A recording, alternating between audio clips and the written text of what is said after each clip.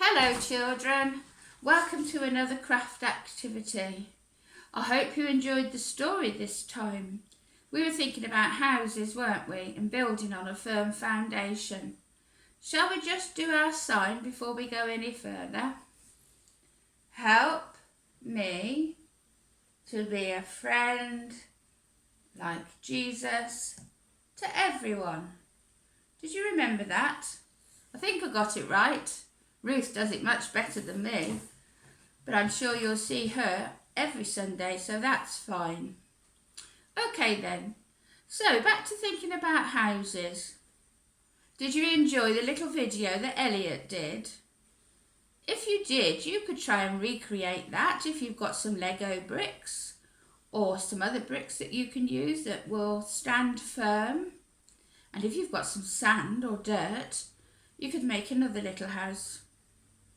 You might be able to get somebody to help you with the water when the water's come up and the rain comes down. Elliot's granddad helped him. He threw the water. Maybe you've got a granddad that would like to do that. If you do that, do send us in a video because it'll be such fun for us all to see.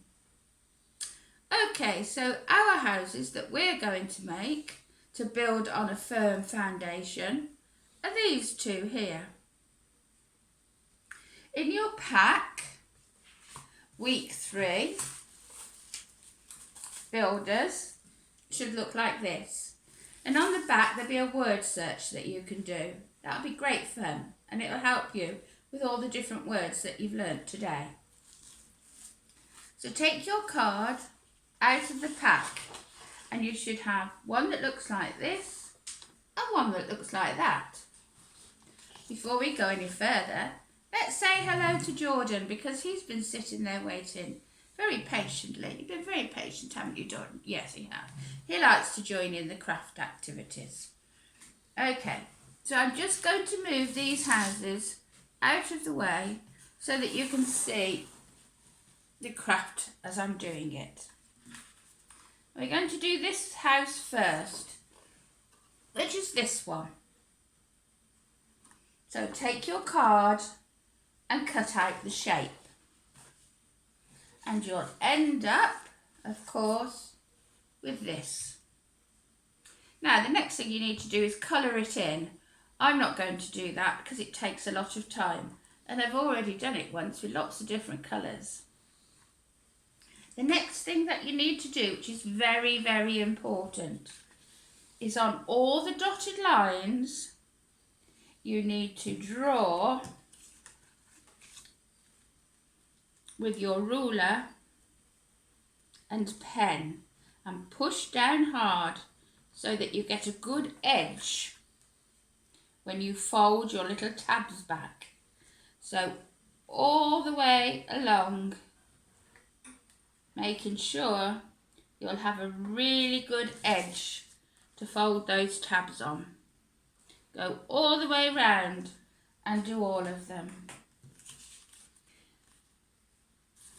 Then, of course, you can just fold. See how easy those little tabs fold now? Now that you've done that, nice and easy. Fold them all in,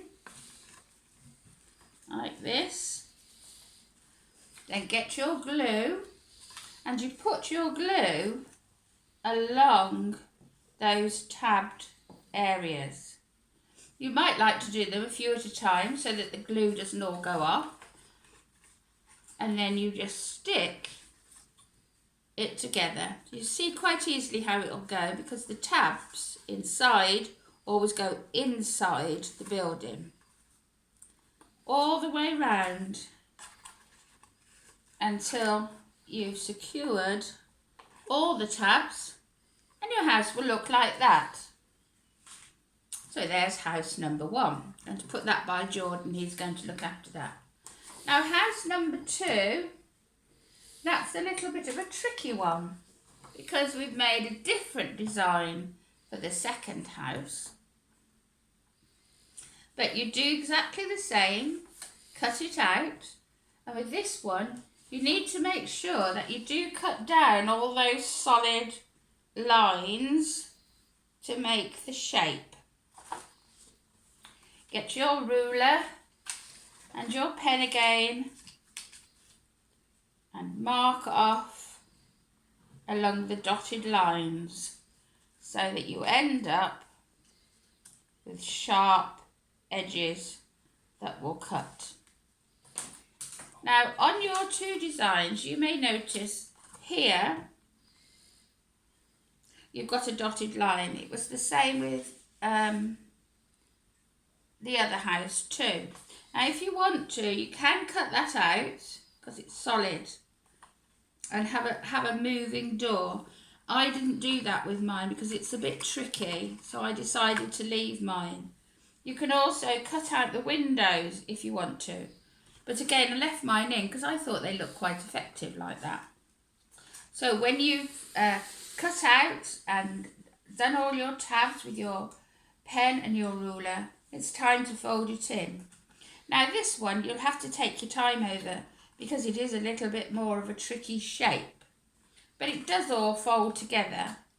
And don't forget to put your glue on this side, and then all the tabs tuck under and go inside and hold them for a while until they're nice and firm. And then you'll have your two houses. Now I put mine onto a cardboard base, like that. You might like to do the same. I went in the garden and I got a few pebbles out of the garden so that I can put those around my house to remind me about a firm foundation. I also found some sand which Elliot had left over from his bucket of sand, and I can put that on there. If you haven't got sand or pebbles, I'm sure you can find some bits of card or cardboard, tissue paper, and you can make the same ground for your houses to stand on. We're talking about building a firm foundation. Building a firm foundation on Jesus for our lives. Well, how do we do that? Here, I've got some books that you might have seen the adults using. They're Bibles. And they're a bit big and wordy for us at your age. So I've got these lovely books here. Now this one is called the Play Along Bible. And inside there are stories and dramas so that you can act it out. Do you remember a few weeks ago when we were doing the Prodigal Son, we made this bookmark? You might like to look back at the crafts and make that one again. This Bible here is what Ruth uses quite a lot to read the stories from. And this is nice because it's a rhyming Bible and it's good fun. If you haven't got any books about the Bible, you might like to ask for them for your birthday or Christmas presents. They make a lovely gift and I'm sure someone would like to buy them for you. Well, that's it from me today. Have fun making your houses. Don't forget to send in photographs so we can see how creative that you've been. Let's do our sign for the last time, shall we? Help me to be a friend like Jesus to everyone. Bye-bye. Bye-bye from Jordan.